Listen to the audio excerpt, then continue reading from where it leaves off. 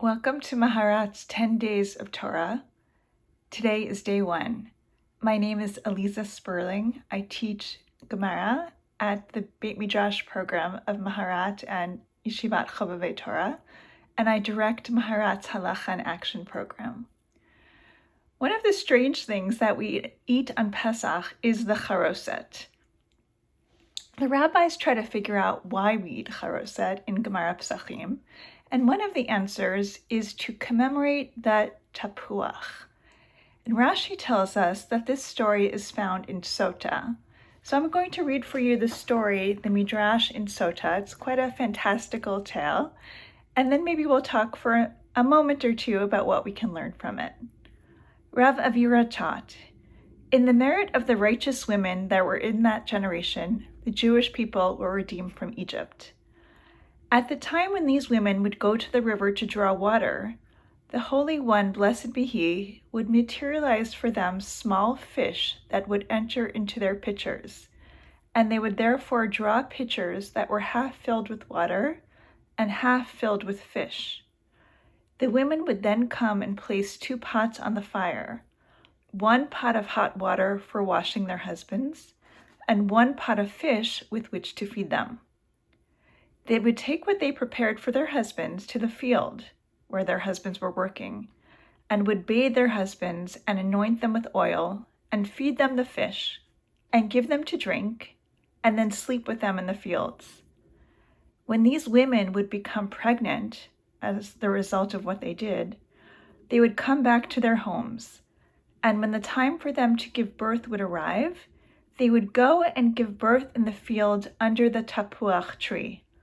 As it is stated in Shir Hashirim, under the tapuach tree I awakened you. Tachat tapuach orarticha. The Holy One, blessed be He, would send from the heavens above an angel who would clean and prepare the newborns, just as a midwife prepares the newborn. The angel would gather for them 2 round stones from the field, and the babies would nurse from these stones. 1 of the stones flowed with oil, and 1 of the stones flowed with honey. Once the Egyptians would notice the babies, they would come to kill them. But a miracle would occur for the babies, and they would be swallowed by the earth. The Egyptians would then bring oxen and would plow upon them to try to kill the babies.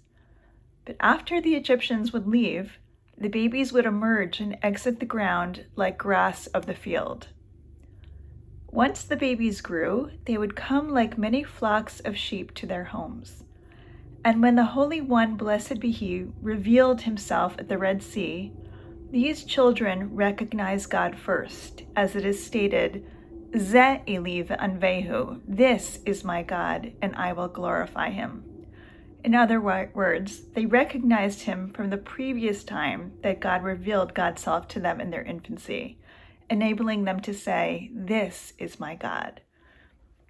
This is a really fun midrash and a really fantastical tale of what happens to the babies. And one thing that I want to take from it is this vision of what's happening under the surface. You have, on the surface, you have the slavery in Egypt, you have the babies being killed in Egypt, you have a really terrible story. But the story also gives us all these images of what's happening underground. The women are meeting up with their husbands and sleeping together in the furrows of the field. The babies are underground. The Egyptians come to kill them, and the babies go underground until it's safe for them to come out, like grass of the fields. And then their parents are astonished when these children come home to them, and they thought that they had been killed. What it makes me think of is that sometimes we look at things on the surface, and it seems like it's total desolation, devastation, kind of like the time we're living in now when we look at Ukraine, and everything seems to be terrible. But what this story is telling us, and I think what the story of Pesach is telling us as well, is that even when things look desperate, there's life that's happening underneath. There are things that are happening underground that are just waiting to come to the surface. And it's our job to cultivate that life and those new beginnings and that new hope that can come from under the surface and come to redeem our world. Chag Sameach.